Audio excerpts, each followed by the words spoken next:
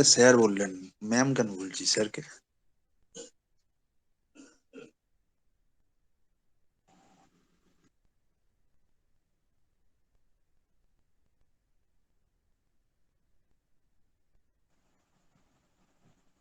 Sorry sorry, ভুলে গেছি।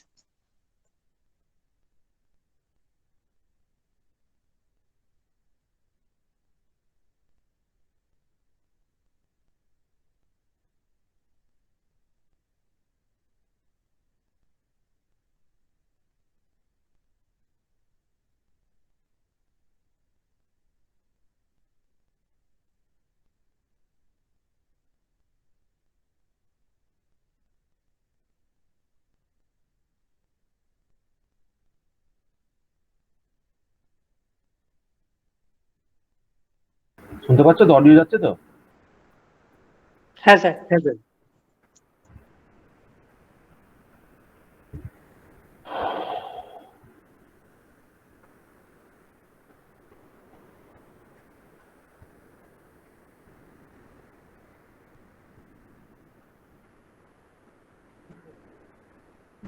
বলছি তোমাদের আজকে আমি একটা অন্য জিনিস পড়াবো, ঠিক আছে? আগের দিনে আমাদের যতটা হয়েছিল 6টা টপিক মোটামুটি আমাদের কভার হয়ে গেছিল ইয়েতে, ঠিক আছে?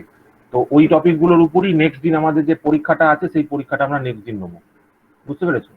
আর আজকে আমরা কি করব, আজকে আমরা ওই এনভায়রনমেন্টাল ইস্যু, তো তোমাদের সবাই তো এনভায়রনমেন্ট সম্বন্ধে এক্সপার্ট, ঠিক আছে? তোমরা তোমাদের এনভায়রনমেন্টের যে এক্সপার্টনেস আছে সেটা নিয়ে আমাকে বলবে, তো আমিও তোমাদেরকে কিছু আইডিয়া দেওয়ার চেষ্টা করব, ঠিক আছে?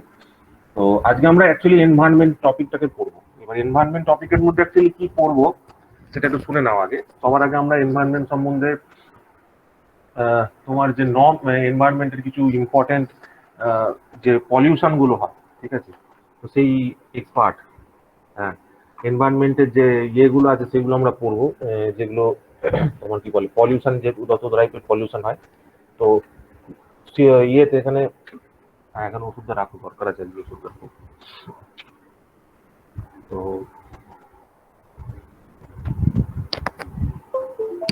এক মিনিট দাঁড়াও।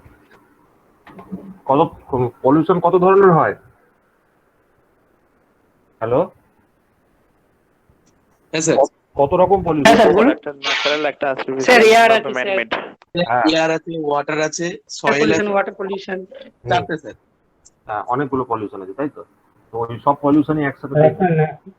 হ্যাঁ, বল বল বল, শুনতে পাচ্ছি, বলো, শুনতে পাচ্ছি। আর একটা হচ্ছে কেমিক্যাল। ন্যাচারাল, কেমিক্যাল, আচ্ছা। সবাই নিজের মতো ক্লাসিফিকেশন করতে থাকো, অসুবিধা কিছু নেই, কেউ মারবে না কেউ বকবে না, অসুবিধা নেই।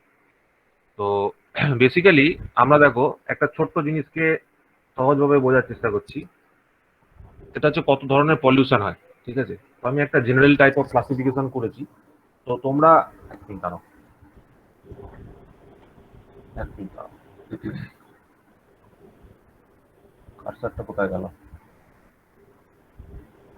তো জেনারেল ধরনের যে ক্লাসিফিকেশন গুলো আমরা পড়ি তার মধ্যে কি কি আছে? এয়ার পলিউশন আমরা পড়েছি, ওয়াটার পলিউশন পড়েছি, নয়েজ পলিউশন পড়েছি, সয়েল পলিউশন পড়েছি, ঠিক আছে? আর এই দুটো আরো এক্সট্রা হয়, থার্মাল পলিউশন আর রেডিয়েশন বেসড পলিউশন, ঠিক আছে?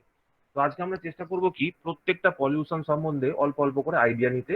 আর যেগুলো কিছু কিছু টপিক আমরা হয়তো জানি, আর কিছু কিছু টপিক হয়তো আমরা জানি না, তো সেগুলোকেও জানবো। তো সবার আগে দেখো এয়ার পলিউশন, তো এই ছবিটাই তো এয়ার পলিউশনের একটা খুব বড় উদাহরণ, ঠিক আছে? তো তোমরাই চেষ্টা করো, যে কোনো একজন বলো what is air pollution, air pollution মানে কি? যে কোনো একজন সিরিয়ালি বলো, এ থেকে শুরু হচ্ছে, যার নাম ফার্স্টে আছে। What is অভিরূপদাই air? বলবেন। হ্যাঁ, বলছি অভিরূপ স্যার। বলো। হুম, নিজের মতো বাংলায় বলো। কোন এখানে দেখো, এখানে এখানে যেটা তোমাদের জানার সেটা আমি বলবো, আর তোমরা যেটা বাংলায় বলবো। জানো, হ্যাঁ বাংলায় বলো না। এখানে কি কোনো ইয়ে আছে নাকি যে ওই ওই ল্যাঙ্গুয়েজে বলতে হবে, ওই ল্যাঙ্গুয়েজে না বললে হবে না? ফ্যাক্টরির যেসব চিমনি হুম, দিয়ে যেসব ধোঁয়া ওড়ে, তারপর হুম, গাড়ির হুম, ভেহিকেলে যেসব ধোঁয়া, যেসব কারণে যেসব ধোঁয়া বেরোয়, হুম, হ্যাঁ, হুম, এগুলো এইসবের কারণেই ইয়ারটা পলিউট হয়। হুম। তো খানিকটা এরকম ব্যাপার, the presence or the introduction of the air into the substance of air into substances which are harmful and poisonous effects, ঠিক আছে? যদি আমাদের এয়ারের মধ্যে কিছু পয়জনাস এলিমেন্টস মিশে যায় তাহলে আমাদেরকে, আমরা এক কথায় বলতে পারবো যে এয়ারের পলিউশন হচ্ছে। এবার এয়ারের পলিউশনটা যে হয় সেটাকে আমরা জেনারেলি দুটো ভাগে ভাগ করতে থাকি, ঠিক আছে? একটা হচ্ছে প্রাইমারি পলিউটেন্টস বলে, আর একটাকে বলে সেকেন্ডারি পলিউটেন্টস। ঠিক আছে, তো দেখো আহ, এটা হচ্ছে প্রাইমারি আর সেকেন্ডারি পলিউটেন্টস এর ক্লাসিফিকেশন। প্রাইমারি পলিউটেন্টস মানে যারা ডাইরেক্টলি মানে আমাদের যে আবহাওয়া রয়েছে, যে হাওয়া রয়েছে, যে পরিবেশ আছে, সেই পরিবেশকে ডাইরেক্টলি যারা দূষিত করছে, তো সেগুলোকে আমরা বলছি প্রাইমারি পলিউটেন্টস। এবার প্রাইমারি পলিউটেন্টস এর মধ্যে কারা আছে, যেমন sulphur dioxide emitted from the factories is a primary pollutant. আর সেকেন্ডারি পলিউটেন্ট কি? সেকেন্ডারি পলিউটেন্ট হচ্ছে যারা ডাইরেক্টলি হচ্ছে না, মানে ধরো কোনো একটা দুটো সেপারেট আর্থ এলিমেন্টস বলতে পারো, অথবা কিছু ন্যাচারাল ফেনোমেনা থেকে হতে পারে। যেমন এখানে একটা এক্সাম্পল দেওয়া আছে, স্মোক, এই স্মগের এক্সাম্পল দেওয়া হয়েছে। স্মগটা হচ্ছে কি অ্যাকচুয়ালি স্মোক প্লাস ফগ। ঠিক আছে, স্মোক মানে হচ্ছে কি ধোঁয়া, তাই তো, আর ফগটা কি কুয়াশা। তো ধোঁয়া এবং কুয়াশা এই দুটো যখন মিশে যায় সেখান থেকে আমাদের ফর্মেশন হয় হচ্ছে কি স্মগ। ঠিক আছে, তো এইগুলো হচ্ছে type of secondary air pollutants এর মধ্যে পড়ে থাকে আর কি। ঠিক আছে, তো এইগুলো এইগুলো ছাড়াও, ঠিক আছে, এইগুলো ছাড়াও আরো কিছু কিছু ক্লাসিফিকেশন আছে। যেমন আমরা বলতে পারি একটা আছে এসপিএম, তাই না, suspended particulate matter. Suspended suspended particulate matter. Particulate matter সব থেকে ভালো example of suspended particulate matter কেউ বলতে পারবে? What is a suspended particulate matter? এটা বেসিক্যালি একটা সেকেন্ডারি এয়ার পলিউটেন্ট। তো এটার একটা এক্সাম্পল বলতে পারবে, মানে একটা উদাহরণ, জেনারেল আমরা যেটা দেখতে পাই বাড়িতে? কারোর idea? Any idea of suspended particulate matter? Sir plastic. হ্যাঁ, প্লাস্টিক। সবেতেই প্লাস্টিক হবে নাকি? আচ্ছা দেখ, ফ্লাই অ্যাশ অ্যাশ হ্যাঁ fly ash, right, fly ash. তুমি বাড়িতে দেখো না, বাড়িতে যে কোনো জিনিসের উপর কি পড়ে আছে? ধুলো পড়ে আছে। ঠিক আছে, ধুলোটা কি করে পড়ছে? হাওয়াতে থাকা যে সমস্ত এলিমেন্ট গুলো রয়েছে, সেই এলিমেন্ট গুলোর জন্যই তো ধুলোটা সেখানে পড়ছে। ঠিক আছে, সেখানে ধুলোটা পড়ছে এবং সেখানে তোমার ইয়ে হচ্ছে, কি বলে, তোমার ডাস্ট গুলো জমা হচ্ছে। ডাস্ট গুলো কি? ডাস্ট গুলো হচ্ছে অ্যাকচুয়ালি সাসপেন্ডেড পার্টিকুলেট ম্যাটার, যেগুলো অ্যাকচুয়ালি তোমার এয়ারে এক্সিস্ট করছে। ঠিক আছে, তো এর একটা স্ট্যান্ডার্ডাইজেশন আছে। স্ট্যান্ডার্ডাইজেশন মানে হচ্ছে সাইজ। ঠিক আছে, সাইজ স্ট্যান্ডার্ডাইজেশন আছে। সেটা কি জিনিস? সেটা হচ্ছে দেখো 0.001 to 500। ঠিক আছে, এই একটা মাইক্রোমিটার রেঞ্জ আছে। তো এই রেঞ্জের মধ্যে যে ইয়েগুলো থাকে, এদেরকে আমরা বলি হচ্ছে তোমার সাসপেন্ডেড পার্টিকুলেট ম্যাটারের মধ্যে ফেলি। এবার সাসপেন্ডেড পার্টিকুলেট ম্যাটারের মধ্যে আবার কিছু ক্লাসিফিকেশন আছে। যারা ধরো 0.02 এর লেস হয়ে যায়, লেস দেন 0.02 মাইক্রোমিটার হয়, ওদেরকে আমরা বলি এরোসলস। AEROSOLS। ঠিক আছে, এরোসলস। তো তোমরা এখান থেকে সাসপেন্ডেড পার্টিকুলেট ম্যাটার কি জিনিস সেটা বুঝলে, তার ডাইমেনশনটা, সাইজটা কিরকম হয় সেটা বুঝলে। আর what is aerosols? Suspended particulate matter that are having dimensions or sizes less than 0.02 micrometer are called as aerosols. তো এই দুটো পয়েন্ট তোমরা কিন্তু নোট করলে। তো এইগুলো হচ্ছে যেগুলো মানে এয়ার মধ্যে সাসপেন্ডেড হয়ে রয়েছে, মানে এয়ার এর মধ্যে অটোমেটিক এক্সিস্ট করছে। এইগুলো ছাড়াও আরো একটা ভাগ আমরা বলতে পারি, দ্যাট ইজ আওয়ার গ্যাসেস। ঠিক আছে, কিছু কিছু গ্যাস আছে যেগুলো আমাদের পক্ষে ভালো নয়। ঠিক আছে, যেমন কি কি কি কি এক্সাম্পল হতে পারে? Carbon monoxide. হ্যাঁ, সক্স, নক্স, তাই না, সক্স, নক্স, CO2, হ্যাঁ স্যার। CO, এগুলো আমাদের পক্ষে ভালো নয়। ঠিক আছে, আমাদের শরীরের পক্ষে ভালো নয়। তো these are the primary air pollutants অথবা primary ingredients of air pollution. এবার এখানে একটা পরেরটা কি আছে দিদি, সরি, এখানে একটা পেজ অ্যাড করা দরকার আছে। এক মিনিট, এখানে একটা পেজ আমি অ্যাড করছি এক মিনিট।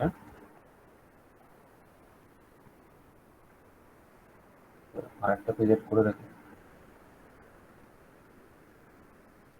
তো যে ব্যাপারটা আমার বলার উদ্দেশ্য রয়েছে, যে ব্যাপারটা আমার তোমাদের বলার উদ্দেশ্য রয়েছে, সেটা হচ্ছে যে এখান থেকে আমরা অ্যাকচুয়ালি কি পড়বো, এখান থেকে অ্যাকচুয়ালি এয়ার পলিউশন থেকে আমাদের কি জিনিস খেয়াল রাখতে হয়। সেটা হচ্ছে দেখো, এয়ার পলিউশন থেকে সবার আগে আমাদের বুঝতে হয় what is suspended particulate matter, যেটা আমরা বুঝলাম। ঠিক আছে, আর একটা জিনিস আছে যেটাকে আমরা বলি ফটোকেমিক্যাল স্মগ। শুভ, শুভ, ওইখান থেকে আমার মোবাইলের চার্জ আছে, বসা, এখানে বাজ পড়ছে, বাজ পড়ছে, ওটা বাজ ইয়ে করো, বাজ পড়ছে। ফটোকেমিক্যাল স্মগ, ফটো, এখানে এখানে দেখো পাওয়ার ব্যাংক আছে, পাওয়ার ব্যাংক দিয়ে চার্জ দাও, নাহলে হবে না। পাওয়ার ব্যাংকটা তো এখানে আছে, তো পাওয়ার ব্যাংকটা। স্যার আপনাদের ওখানে বাজ পড়ছে? আরে হ্যাঁ, হঠাৎ করে বাজ পড়ছে। এখানে আমি বাজের ইয়ে দেখতে পাচ্ছি, হলকানি দেখতে পাচ্ছি সামনে। স্যার এদিকে ইয়ে পড়ছে, কেবিল একটা নিয়ে নাও, ওখান থেকে চার্জের যে কেবিলটা আছে ওটা খুলে নাও, চার্জারের কেবিলটা। হ্যাঁ হ্যাঁ, ঠিক আছে। দেখো, এখানে আমরা একটা টপিক পড়বো যেটা হচ্ছে ফটোকেমিক্যাল স্মগ। বলো, কারোর আইডিয়া আছে হোয়াট ইজ ফটোকেমিক্যাল স্মগ? কেউ বলতে পারবে ফটোকেমিক্যাল স্মগ কি জিনিস? স্যার আইডিয়া নেই। হ্যাঁ দেখো, স্মগ স্মগ মানে আমরা কি বললাম? Smoke plus fog, smoke plus fog, তাই তো? এবার ফটোকেমিক্যাল এই কথাটার মানেটা কি? ফটোকেমিক্যাল কথাটার মানে হচ্ছে এখানে কিছু এক্সজস্ট গ্যাসেসও রয়েছে, মানে কেবলমাত্র যে স্মোক আর ফগ এটা রয়েছে তা নয়, এটা ছাড়াও আরো এলিমেন্টস এর মধ্যে যুক্ত হয়ে রয়েছে। যেমন কি কি? জেনারেলি ফটোকেমিক্যাল স্মগের মধ্যে তিনটে জিনিস থাকে। একটা হচ্ছে ওজোন, ঠিক আছে, এর সঙ্গে থাকে হচ্ছে প্যান, PAN। প্যান মানে হচ্ছে peroxy acetyl nitrate, peroxy acetyl nitrate, peroxy acetyl nitrate, PAN. আর একটা কি থাকে বলতো? আর একটা থাকে হচ্ছে নক্স, NOx। নক্স মানে হচ্ছে নাইট্রোজেনের যে ডাইঅক্সাইড বলো, অক্সাইড বলো, যে কম্পোনেন্ট গুলো আছে সেগুলো। So photochemical smog is basically a combination of all the three: ozone, PAN, peroxyacetyl nitrate আর নক্স। এইগুলো কি করছে? ডাইরেক্টলি এয়ারকে পলিউট করছে, ঠিক আছে? এয়ারে ডাইরেক্ট পলিউশন হচ্ছে, এবং এক্ষেত্রে যে গুরুত্বপূর্ণ প্রবলেমটা আমরা দেখতে পাই, এর ফলে এয়ারের কালারটা ব্রাউন হয়ে যায়, ঠিক আছে? বা এটাকে অনেক সময় ব্রাউন এয়ারও বলা হয়ে থাকে, ঠিক আছে? এটাকে ব্রাউন এয়ার বলা হয়ে থাকে, এবং ব্রাউন এয়ারের জন্য এটাকে আমরা অনেক সময় ব্রাউন এয়ার বলে থাকি, ব্রাউন এয়ার, ঠিক আছে? এই জিনিসটা মনে রাখবে যে ব্রাউন এয়ার কোনটাকে বলে, যেখানে ফটোকেমিক্যাল স্মগের এক্সিস্টেন্স থাকে, সেটাকে আমরা বলি হচ্ছে এইটা। এবার এগুলো এই যে হলো, এই যে ঘটনার ফলে অ্যাকচুয়ালি হয়টা কি, ঠিক আছে? এগুলো ঘটনার ফলে হয়টা কি? এটার জন্য হচ্ছে কি, এই যে পারক্সিঅ্যাসিটাইল নাইট্রেট বা নক্স এগুলো যেগুলো রয়েছে, এগুলো কোথা থেকে বেরোচ্ছে? কেউ বলতে পারবে? এই নক্স এগুলো কোত্থেকে আসছে? বাইক থেকে আসছে। বাইক, বাইক আছে, ভেহিকলস আছে, আলাদা ভেহিকলস আছে যারা ডিজেল পেট্রোল ইউজ করছে, ওদের থেকে আসছে। তো এই যে ভেহিকল থেকে আসা এই যে তোমার যে হাইড্রোকার্বন বলো বা নক্স বলো, এই জিনিসগুলো, ঠিক আছে, এই জিনিসগুলো কি করছে? ওজনের সঙ্গে এবং তোমার এই যে পারক্সিঅ্যাসিটাইল নাইট্রেট আছে, এদের সাথে মিশে গিয়ে একটা কেমিক্যাল ফগ তৈরি করছে, ঠিক আছে? মানে এখানে স্মগের মধ্যে কেমিক্যাল কতটা ছিল, সেই কেমিক্যাল কন্টেন্ট ইনক্রিজ করে দিচ্ছে, মানে এয়ারের মধ্যে কেমিক্যাল মিশে যাচ্ছে, বুঝতে পারছো? তো ধোঁয়াশা যেটাকে আমরা বলি, দ্যাট ইজ স্মগ, ঠিক আছে? ধোঁয়াশা, ধোঁয়া আর ফগ, ঠিক আছে? এবার কুয়াশা অ্যাকচুয়ালি এই দেখো মানেটা হচ্ছে, ফগ মানে হচ্ছে কুয়াশা, আর স্মোক মানে হচ্ছে তোমার গিয়ে ধোঁয়া। তো ধোঁয়াশাটা সঙ্গে যদি কেমিক্যাল মিশে থাকে, এই কেমিক্যাল মিশে থাকে, কমন এক্সাম্পল কি, ধরো দিল্লি, কেন শুধু দিল্লি বললে তো হবে না, তোমার কলকাতা, ঠিক আছে? এই সমস্ত জায়গায় তুমি ধরো কোন একটা ব্রিজের উপর দাঁড়িয়ে আছো, ঠিক আছে? একটা ফ্লাইওভারের উপর দাঁড়িয়ে আছো, তোমার ধরো ইয়ে পড়েছে, কি বলে, তোমার ধরো জ্যাম হয়েছে। তো দেখবে প্রত্যেকটা গাড়ি, প্রত্যেকটা বাস একসাথে তোমার চলছে, প্রত্যেকটা বাস সবকটা মানে কি বলবো, অন হয়ে রয়েছে, এবং তারা কিন্তু কন্টিনিউয়াস এক্সস্ট তৈরি করছে। কি হয় আমাদের চারিদিকে দেখবে, মানে পুরো গরম হয়ে যায়, তাই না? বাসের মধ্যে বসে থাকলে এই ঘটনাটা ঘটে কি ঘটে না? হ্যাঁ স্যার। হ্যাঁ হ্যাঁ। তো এইটা অ্যাকচুয়ালি কি হচ্ছে? এটা অ্যাকচুয়ালি হচ্ছে ওই যে আমাদের চারপাশে যে তোমার যে ধোঁয়াটা বেরোচ্ছে, যে তোমার ধরো ওই ভেহিকল থেকে যে ধোঁয়াগুলো বেরোচ্ছে, সেই ধোঁয়াগুলো ওই অ্যাটমসফিয়ারের মধ্যে ফটোকেমিক্যাল স্মগ তৈরি করছে। হ্যাঁ, অবশ্যই হয়তো বেশি ডেন্সিটি তৈরি হচ্ছে না, মানে ওই খানিকটা আবহাওয়াটার কথা তোমরা ভাবতে পারছো যে কিরকম আবহাওয়াটাকে ফটোকেমিক্যাল স্মগের মধ্যে ফেলে আর কি। বুঝতে পারলে আমি কি বললাম? মানে যেখানে কেমিক্যাল কেমিক্যাল এফেক্টটা মানে তোমার দেখা যাচ্ছে আর কি বেসিক্যালি, ঠিক আছে? এবার মেন আর একটা পয়েন্ট আছে, যেগুলো হচ্ছে ধরো এখানে আমরা তোমার ধরো ওজন সম্বন্ধে পড়েছি, ঠিক আছে? ওজন অ্যাকচুয়ালি কি করে? ওজন সম্বন্ধে বলো তো, ওজন অ্যাকচুয়ালি কি করে? কার ওজন সম্বন্ধে আইডিয়া আছে? ওজন সম্বন্ধে কে বলতে পারবে? ইউভি রেটাকে আটকে দেয় আমাদের হ্যাঁ, যে ইউভি, হ্যাঁ, একটা কমন হচ্ছে ইউভি রেটাকে আটকে দেয়। আর কিছু? আমাদের যে গ্রিন হাউস এফেক্ট, যেটা হ্যাঁ, গ্রিন হাউস এফেক্টের ওই যে আমাদের হিটটা হুম যেটা রিফ্লেক্ট হয়ে যেটা চলে যায়, হুম ওইটাকেও ওজন একটা এফেক্টিভ অক্সিডেন্ট, ভালো করে বুঝবি। এফেক্টিভ অক্সিডেন্ট তার মানে কি? অক্সিডেন্ট মানে কি? আমাদের বিভিন্ন যে ধরো আমি একটা বলছি ফর এক্সাম্পল আমাদের যে মার্বেলের যে জিনিসগুলো আছে, তো সেইগুলো মার্বেল টার্বেল গুলোকে ও কি করতে পারে, অক্সিডেশন করে দিতে পারে, জ্বালিয়ে দিতে পারে, মানে এক কথায় ধরো জারিত করতে পারে। অক্সিডেশন মানে কি, জারণ করা, তাই তো?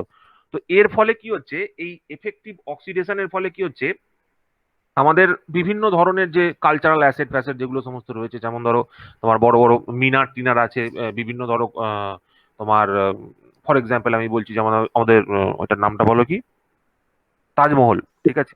তো তাজমহলের কিন্তু একটা ক্ষয় হচ্ছে, ঠিক আছে, ইরোশন হচ্ছে। তো এই ইরোশনটা হওয়ার একটা মেন কারণ হচ্ছে ওজোন, ঠিক আছে?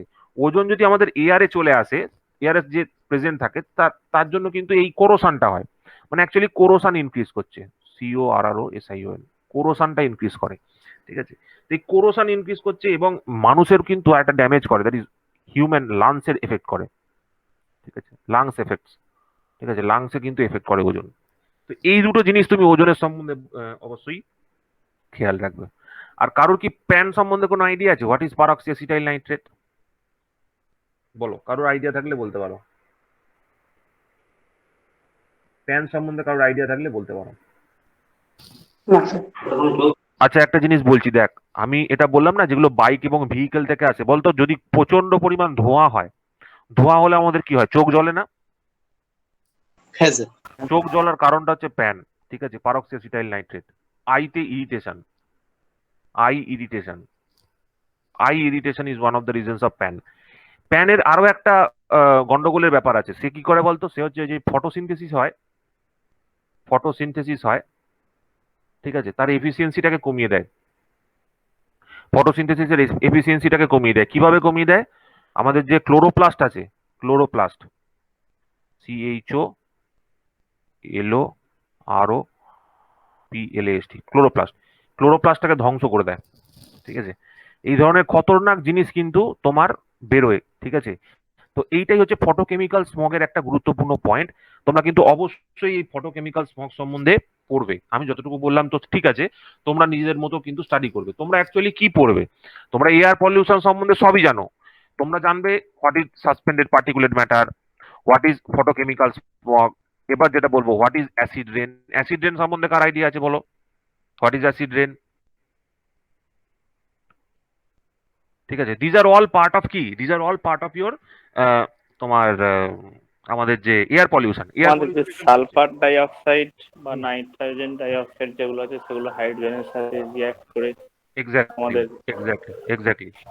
আমাদের যখন বৃষ্টি হচ্ছে, ঠিক আছে, আমাদের যে বৃষ্টি হয়, যখন ওয়াটারফল হয়, তো সেই ওয়াটারফলের সঙ্গে যদি আমাদের এই সক্স নক্স মিশে যায়, ঠিক আছে, সক্স নক্স মিশে যায়। আচ্ছা, এই যে সক্স নক্স মানে কি জানিস তো, সালফার ডাইঅক্সাইডের বিভিন্ন, সালফারের অক্সিজেনের বিভিন্ন কম্বিনেশন আর কি, ঠিক আছে, আর নাইট্রোজেনের ক্ষেত্রেও সেম। তো এইগুলো মিশে গিয়ে কি করে, খতরনাক জিনিস তৈরি করে, কি আর তৈরি করবে, H2SO4, সালফার ডাইঅক্সাইড তৈরি করে, নাইট্রিক অ্যাসিড তৈরি করে, HNO3 তৈরি করে। তো এইগুলো ওরা ফর্মেশন করে, ঠিক আছে? তো এইটার জন্য কি হচ্ছে, আমাদের যদি ধর মানে আমি যদি একটা কোনো একটা জায়গায় যদি ধর বৃষ্টি হচ্ছে, তো সাধারণ রেনের পরিবর্তে যদি অ্যাসিড রেন হয়, তার এফেক্টটা কি, আমাদের যে মাটি আছে, তো মাটিতে তো একটা পিএইচ লেভেল আছে, মাটিতে একটা তোর পিএইচ লেভেল থাকে, যদি অ্যাসিড লেভেল হয় তাহলে অ্যাসিড চেঞ্জ মানে অ্যাসিড রেন হয়, তাহলে কি হবে, মাটির পিএইচ লেভেল চেঞ্জ হয়ে যাবে। এবার মাটির যদি পিএইচ লেভেল চেঞ্জ হয়ে যায়, তাহলে প্রবলেমটা কি হবে, মাটির পিএইচ লেভেল চেঞ্জ হয়ে গেলে এখানে যে ধরনের চাষাবাদ হতো, তো সেই রঙের চাষাবাদ আর করা যাবে না, ঠিক আছে? তো এই এই এই প্রবলেম গুলো কিন্তু অ্যাসিড রেনের জন্য হয়। তো অ্যাসিড রেনের ফলে কি হচ্ছে, soil fertility, soil fertility, soil fertility reduces, ঠিক আছে, সয়েল ফার্টিলিটি রিডিউস করে যাচ্ছে। আর কি হচ্ছে, যেমন মনুমেন্টস ড্যামেজ হচ্ছে, মনিউমেন্টস ড্যামেজ হচ্ছে কিভাবে, বুঝতেই পারছো, যদি উপর থেকে অ্যাসিড পড়ে, হ্যাঁ, এবার উপর থেকে কি সত্যিকারে এত এই অ্যাসিড পড়ছে, লঘু পড়ছে, ডাইলিউটেড পড়ছে, ঠিক আছে, একটু ডাইলিউটেড পড়ছে, কিন্তু আলটিমেটলি তারা অ্যাসিড, ঠিক আছে? তো সেগুলো মনুমেন্টকে ড্যামেজ করে দিচ্ছে। আর কি হতে পারে, আর কি হতে পারে, ধরো শুধুমাত্র বৃষ্টি হলে তো আর মাটিতে জল পড়ে না, তোমার পুকুরেও জল পড়ছে, নদীতেও জল পড়ছে, বিভিন্ন ধরনের লেকসে জল পড়ছে, এই অ্যাসিড রেনটা হচ্ছে। তো সেক্ষেত্রে কি ড্যামেজ হচ্ছে, lakes getting damage, lakes get damage, damage, ঠিক আছে? তো এই পয়েন্টগুলো কিন্তু তোমরা অবশ্যই খেয়াল রাখবে, ঠিক আছে? তো এই পয়েন্টগুলো কিন্তু তোমরা অবশ্যই খেয়াল রাখবে যে অ্যাকচুয়ালি অ্যাসিড রেন এর মধ্যে কি কি কম্পোনেন্ট আছে, কেন হচ্ছে, এবং তার ফলে কি কি হয়। তো এইগুলো সম্বন্ধে তোমাদের একটু বেসিক আইডিয়া থাকার দরকার আছে। এইগুলো ছাড়াও এয়ারের রিলেটেড আরো কিছু কিছু টপিক আছে। এয়ার থেকে কি ধরনের ডিজিজ হয়, ঠিক আছে, ডিজিজেস বলতে পারবে ডিজিজ কি কি হয়? এনি আইডিয়া এয়ার পলিউশনের জন্য কি কি ডিজিজ হয়? ক্যান্সার। হ্যাঁ, হ্যাঁ ক্যান্সার বলে দিলেই হয়ে গেল। হ্যাঁ, সবেতেই ক্যান্সার হয়। তুই যাই খাচ্ছিস সবই কার্সিনোজেনিক। কার্সিনোজেন মানে কি? কার্সিনোজেন মানে হচ্ছে অবশ্যই যারা ক্যান্সার তৈরি করে। কার্সিনোজেনিক হচ্ছে এভরিথিং, ঠিক আছে। এর ফলে তো ক্যান্সার হয়। এয়ার পলিউশন তো ক্যান্সার হবেই। ক্যান্সার একটা জেনুইন মানে একটা নর্মালাইজড রোগ আর কি। মানে ওটার অনেকগুলো রিজনস আছে, ঠিক আছে, শুধুমাত্র একটা থেকে হয় না। তো একটা কমন এক্সাম্পল হচ্ছে সিলিকোসিস। স্যার অ্যাস্তমা হবে স্যার? অ্যাস্তমা হবে। সিলিকোসিস, সিলিকোসিস মানে কি? সিলিকোসিস মানে হচ্ছে silicon dioxide, SiO2। Excess amount of silicon dioxide যদি কারোর মধ্যে ইনটেক হয়ে যায়, তো সেই সমস্ত ক্ষেত্রে আমরা কি বলবো, সিলিকোসিস টাইপের রোগ হয়। তো এইগুলো কোথায় হয়, ঠিক আছে, যেখানে ধর ওই সিরামিক, সিরামিক মানে কি, সিরামিক, তারপর তোর ধর বিল্ডিং, বিল্ডিং যেখানে কনস্ট্রাকশন হচ্ছে, ঠিক আছে, তো এই সমস্ত জায়গায় সিরামিক এরিয়া, বিল্ডিং, তারপর বিভিন্ন ফ্যাক্টরিজ, ঠিক আছে, যেখানে যেখানে এই সালফার ডাইঅক্সাইড প্রডিউস হচ্ছে সে সমস্ত জায়গায় লোকেদের মধ্যে এই সিলিকোসিস রোগটা আমরা জেনারেলি দেখতে পাই। এগুলো চেস্ট পেন হয়, ঠিক আছে, তারপর কাফ হচ্ছে, তো এইগুলো হচ্ছে সিলিকোসিসের মধ্যে পড়ে, মানে টাইপ অফ রোগের মধ্যে পড়ে। আর একটা খুব ডেঞ্জারাস রোগ আছে, সেটা হচ্ছে অ্যাসবেস্টোসিস। এগুলো নাম শুনেছিস তো? অ্যাসবেস্টোসিস। হ্যাঁ স্যার। হ্যাঁ, অ্যাসবেস্টার থেকে হয়। অ্যাসবেস্টার, অ্যাসবেস্টার মানে হচ্ছে সেই ছাতা হয় না, মানে আমাদের বাড়িতে যে সেট দেয় অ্যাসবেস্টাস। হ্যাঁ স্যার। তো যারা অ্যাসবেস্টাস ফ্যাক্টরিতে কাজ করে তাদের তাদের কি হচ্ছে, তাদের তাদের এই রোগটা হচ্ছে, ঠিক আছে। আর দেখো কমন কমন জিনিস বুঝবে এগুলো কি ধরনের রোগ। এইগুলো তো এয়ার বাহিত। তাহলে এয়ার ক্ষতি করবে কাকে? লাংসকে ক্ষতি করবে, হার্টকে ক্ষতি করবে, ঠিক আছে, মেনলি লাংসকে ক্ষতি করবে, ফুসফুস, ঠিক আছে, মেনলি ফুসফুসকে ক্ষতি করবে। তো এই পয়েন্টগুলো তোমরা কমন কমন সেন্সের থ্রু দিয়ে অ্যাপ্লাই করবে, ঠিক আছে, কোথায় কি ধরনের রোগ হচ্ছে এবং কোথায় কি তোমার হয়ে থাকে আর কি, ঠিক আছে। এরকম আছে আরো, যেমন যেমন হচ্ছে তোমার বিসনিওসিস বলে। বিসনিওসিস মানে হচ্ছে ধরো 3 নম্বর, BYS, SIO, বিসনিওসিস। এটা হচ্ছে কি লাংসের ডিজিজ, লাংসের ডিজিজ, ঠিক আছে। তো এই সমস্ত জিনিসগুলো কিন্তু হয়, ঠিক আছে। এগুলো কমন কিছু ডিজিজের কথা আমি বললাম। তো এই কমন ডিজিজের ছাড়াও, তো দেখো এখানে তোমরা এই এই টপিক গুলো কিন্তু অবশ্যই নিজে থেকে কিন্তু একবার স্টাডি করবে, ঠিক আছে, যেগুলো যেগুলো আমি বলছি, ঠিক আছে। যেমন এখানে এখানে তোমরা পড়লে যে এয়ার পলিউশনের জন্য কি কি আছে। তো এগুলো ছাড়াও আরো দু একটা পয়েন্ট আমি ইম্পর্টেন্ট তোমাদের বলে দিই। তোমরা জানো তো ভারত, ভারত নর্মস, ভারত আর ইউরো নর্মস, এটা সম্বন্ধে আইডিয়া আছে? কে কে কে জানে এটা ভারত নর্ম সম্বন্ধে? না স্যার, ধারণা নেই। এ না স্যার বলবি না, সবাই জানিস তোরা। না স্যার সত্যি জানি। বলুন তাহলে সত্যি হয়তো জানিস? মনে করবো। হ্যাঁ, বাইক চালাস না? বাইক হ্যাঁ বাইক স্যার। চালাস তো? বাইকে কি থাকে? হুম। কি কি বাইক কিনেছিস? স্যার বিএস এর কথা বলছেন? ওটা স্যার ভারত এনফিল্ড হ্যাঁ স্যার, স্টেজ না? অভিডার। ওটা ভারত হ্যাঁ স্টেজ বলে না স্যার? হ্যাঁ হ্যাঁ, ভারত স্টেজ বা ওই একই। ওইটাই হচ্ছে কি এয়ার পলিউশন কন্ট্রোল করে না, এয়ার হ্যাঁ হ্যাঁ পলিউশনের জন্যই তো। তো ওই BS6, হ্যাঁ। ঠিক আছে, BS6 এর এখন বাইক চলছে, ঠিক আছে। হুম হুম হুম এটা এটা হচ্ছে Bharat standard. Bharat standard actually কি করছে? Bharat standard actually government of India, ঠিক আছে, এবং ইউরোজোনে যে ধরনের লজ এবং নর্মস চলছে সেই লজ এবং নর্মস এর উপর ভিত্তি করে আমাদের এয়ার কোয়ালিটিকে মেনটেন করার জন্য নর্মস নিয়ে এসছে। যে ভেহিকেলের থেকে যে এক্সস্ট বেরোচ্ছে সেই এক্সস্টের একটা সার্টেন ইয়ে থাকবে, ঠিক আছে, তোমার একটা সার্টেন লেভেল থাকবে। যেমন আমাদের ইন্ডিয়াতে একটা ঘটনা ঘটেছে, এই যে BS4 ছিল, তো BS4 থেকে আমরা ডাইরেক্টলি কিন্তু BS6 এ জাম্প করেছি, BS5টাকে আমরা নিয়েই নি, ঠিক আছে। তার কারণ হচ্ছে সেটা সেটা অ্যাপ্লাই করতে গেলে আরো 2-3 বছর চলে যাবে, ঠিক আছে। তো এটা এটা জেনারেলি 2020 সালের পয়লা এপ্রিল থেকে তোমাদের এই BS6 নর্মসটা কিন্তু জারি হয়ে গেছে, ঠিক আছে, 1 এপ্রিল 2020।